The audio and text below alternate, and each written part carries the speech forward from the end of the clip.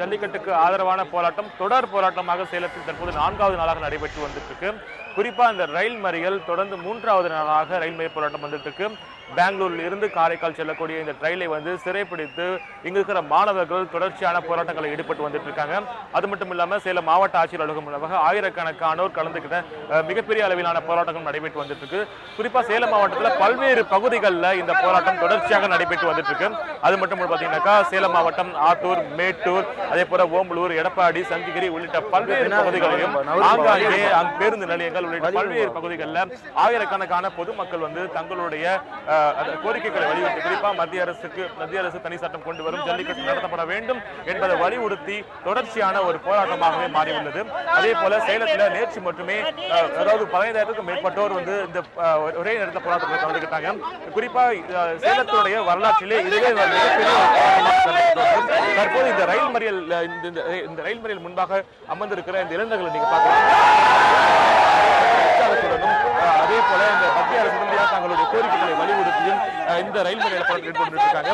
குறிப்பா இந்த ரயில் மறியலில் ஈடுபட்டதால இந்த வழியாக செல்லக்கூடிய அனைத்து ரயில்களையும் மாற்று வழியாக மாற்றி அமைக்கப்பட்டுள்ளது. அதே போல அது மட்டும் இல்லாமல் ஏராளமானோர் பெண்கள், குறிப்பா பெண்கள் குடும்பத்தினருடன் இந்த ரயில் மறியல் போராட்டத்தில் ரொம்ப ஆர்வமாக கலந்துட்டு இருக்காங்க. சேலம் மாவட்டம் முழுவதுமே பல்வேறு தரப்பினரும் இந்த போராட்டத்துக்கு ஆதரவு தெரிவித்து தொடர்ச்சியாக இங்கு இந்த மாணவர்களுக்கு சார், நீங்க சொல்லுங்க, இன்றைய நிலையில உங்களோட போராட்டம் எந்த அளவுல இருக்கு? தொடர்ச்சியா 3வது நாளாக ரயில் மறியல் போராட்டம் நடந்துட்டு இருக்கு.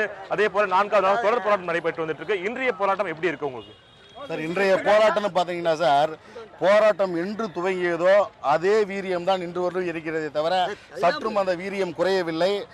கடந்த 2 நாட்களை விட இன்று மிகுந்த எழுச்சியோடு இளைஞர்களும் மாணவர்களும் குடும்ப பெண்களும் குழந்தைகளும் அதிக அளவில் வந்து கொண்டிருக்கின்றனர்.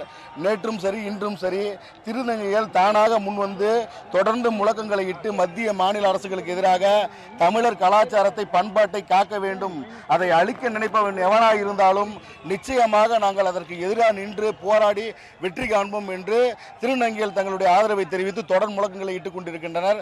அது மட்டும் இல்லாமல் குடும்ப பெண்கள் இதுவரை வரலாறில் காணாத அளவிற்கு குடும்ப பெண்கள் தானாக முன்வந்து அமர்ந்து சாலையில் அமர்ந்து மத்திய மாநில அரசுகளுக்கு எதிராக தங்களுடைய முழக்கங்களை முன்வைத்து தமிழர் பாரம்பரியத்தை காக்கக்கூடிய வகையில் எங்களுடைய உரிமையான ஜல்லிக்கட்டை உடனடியாக நடத்திட வேண்டும், அதற்கான அவசர சட்டத்தை மத்திய மாநில அரசுகள் கொண்டு வருவதற்கான நடவடிக்கைகள் எடுக்க வேண்டும் என்று தொடர்ந்து முன்வைக்கின்றனர். அது மட்டும் இல்லாமல் தமிழர்களை பொறுக்கி என்று கூறிய சுப்பிரமணிய சுவாமிக்கு கடும் கண்டனத்தை தெரிவித்து வருகின்றனர்.